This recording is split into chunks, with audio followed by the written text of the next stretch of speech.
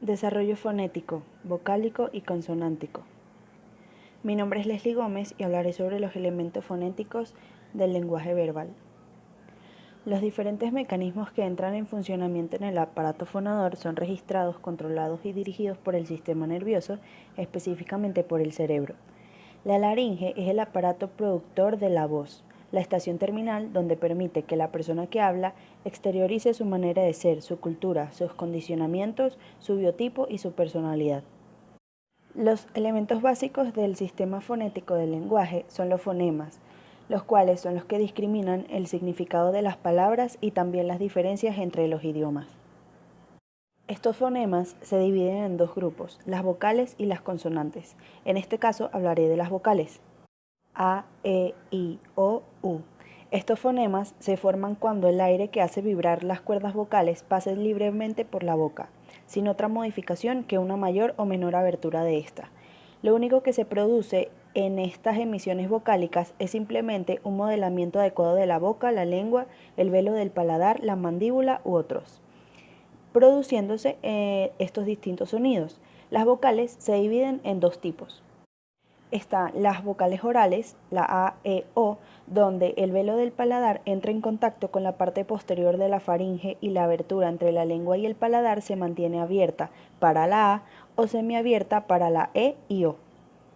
Y las vocales nasales, cuando el velo del paladar baja y la abertura entre la lengua y el paladar se cierra, es cuando se producen las vocalizaciones I, U.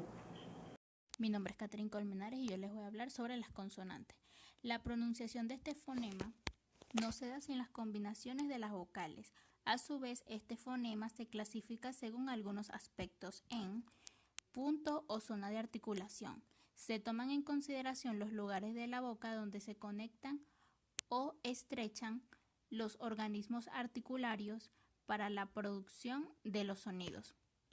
Bilabiales, por aproximación de los labios, son la B, P y M. Labiodentales, cuando se pronuncia con el labio inferior sobre los dientes, tal como ocurre con la F. Interdentales, cuando se pronuncia con la punta de la lengua entre los dientes superiores e inferiores a la Z.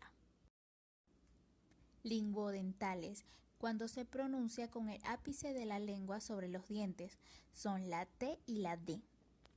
Linguoalveolares, cuando se pronuncia con el ápice de la lengua sobre el alveolo, son la S, la L, la R, la doble R y N. Linguopalatales, cuando se pronuncia con el predorso de la lengua sobre el paladar, son ch, y, doble L y ñ. Linguoovelares, cuando se pronuncia con el dorso de la lengua sobre el paladar, tal como ocurre con la K, G y J. Por otro lado, se toman en cuenta estas particularidades, como las consonantes M, N y ñ pertenecen al grupo indicado como consonantes nasales. La S, además de ser alveolar, es sibilante o silbante. La H es una consonante muda. Las palabras como hombre, huacho, huevo, etc. se pronuncian como hombre, huacho, huevo. La Z, considerada académicamente como interdental, es alveolar para los hispanoamericanos, pues la pronunciamos como S. La L y R son consonantes líquidas cuando van precedidas inmediatamente por la consonante denominada licuante. Mi nombre es Paola Prieto. En esta oportunidad me corresponde hablarles un poco acerca del modo articulatorio. El modo articulatorio es la forma en cómo sale el aire al pronunciar cada fonema. Pueden ser oclusivo, que quiere decir que los órganos de la articulación se cierran estrechamente en algún punto y bloquean el paso del aire durante una fracción de tiempo. Por ejemplo, nasales, que quiere decir que el aire sale por la nariz. Fricativas, Los órganos de la articulación se acercan sin llegar a cerrarse, dejando entre ellos un estrecho canal por el que la columna de aire al pasar produce un ruido turbulento. Por ejemplo,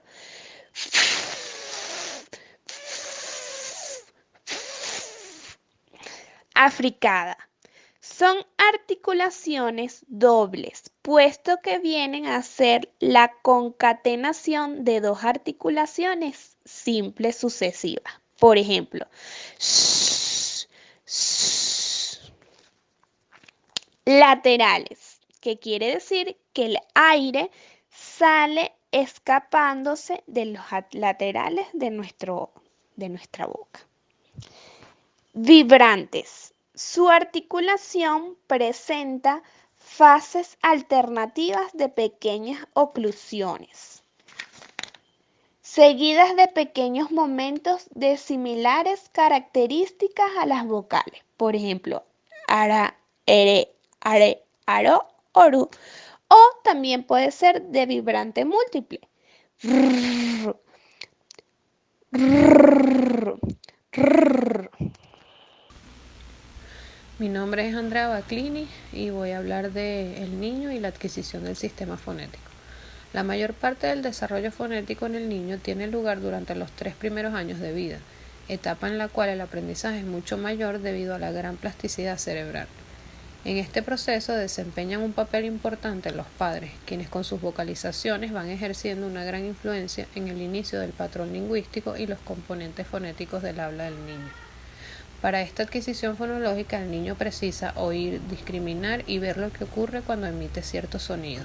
Precisa saber la mecánica de producción y tener la sensación de los órganos en actividad, de los movimientos realizados, tocarlos en ciertas ocasiones, ver en sí mismo y en el adulto que actúa como modelo.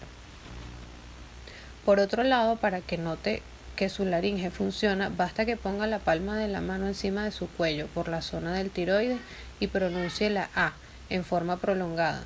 De manera similar, la resonancia se capta con la boca cerrada, colocando la mano en el rostro y emitiendo una M larga. Todo esto se va haciendo mediante ejemplos seguidos de imitaciones sin necesidad de llegar a explicaciones excesivas. Solo basta pedirle al niño que imite para producir uno o más fonemas. En este juega un papel importante la capacidad perceptiva del niño, de manera especial la auditiva. Así pues, el vasto edificio del lenguaje está basado en la percepción auditiva y la calidad de estimulación fonética y verbal que recibe el niño de su medio próximo, como es la familia. Por eso es importante cuidar el estado de integridad de su audición, en tanto que la adquisición fonética y la articulación adecuada de las palabras dependen de la correcta audición. Los defectos del habla no siempre se deben a deficiencias auditivas, sino a otros factores como la inadecuada articulación de los sonidos y palabras que emiten las personas que lo rodean, lo cual es limitado para el niño.